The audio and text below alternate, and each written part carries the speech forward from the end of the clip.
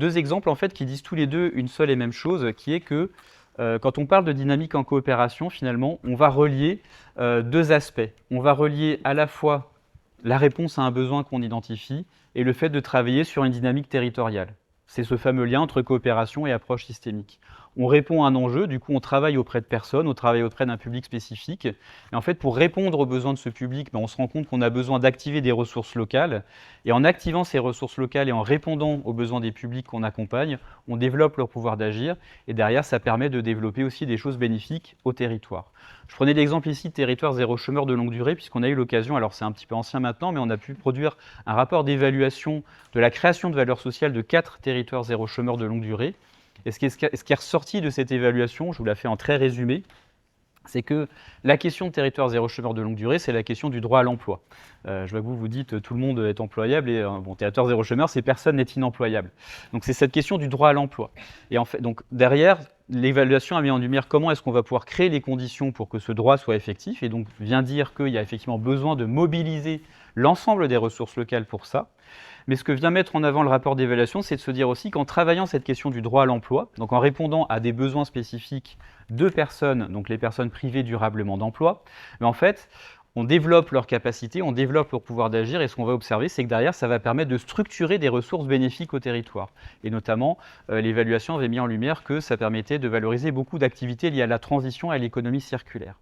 Et donc vous voyez comment coopération, approche systémique, ça se relie à travers cet exemple-là.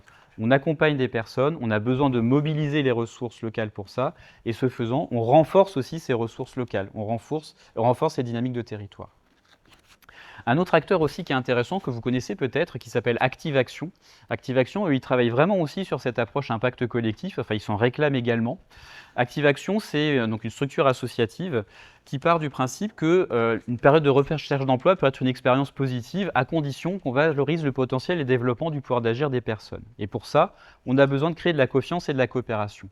Et donc le postulat d'Active Action, c'est de s'inscrire dans une logique systémique. C'est de se dire, notamment, quand on crée des politiques ou des dispositifs de retour à l'emploi, ça va forcément la façon dont on le fait va avoir des incidences et sur les acteurs qui accompagnent et sur les personnes accompagnées.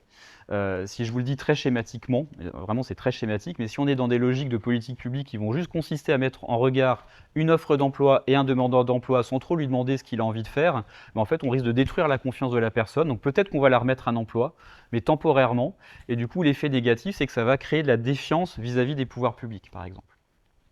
Enfin, je vous résume à grands traits ce qu'ils mettent en avant.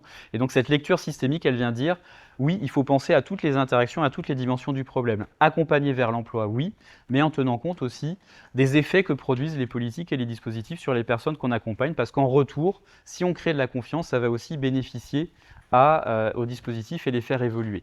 Et ensuite, leur autre approche, c'est vraiment de faire du travail en coopération, donc de créer des liens de connaissances, des liens d'opportunités pour créer des actions communes et aussi travailler sur la confiance des personnes. Et donc, ils ont notamment mis en place un projet qui s'appelle Territoire à haut potentiel, donc, qui est appliqué dans les QPV, sur justement l'autonomisation des personnes en recherche d'emploi pour à la fois leur permettre en fait de créer entre elles, entre pairs, des ateliers sur des questions de formation d'informatique, sur des questions de formation français langue étrangère, qui permet avec les acteurs qui sont plutôt sur l'acteur insertion de se mettre en complémentarité pour créer un parcours d'accompagnement et avec comme finalité de favoriser évidemment le retour à l'emploi, mais aussi de réduire la défiance qui peut exister parfois de la part des personnes accompagnées envers l'écosystème et notamment vers les acteurs publics.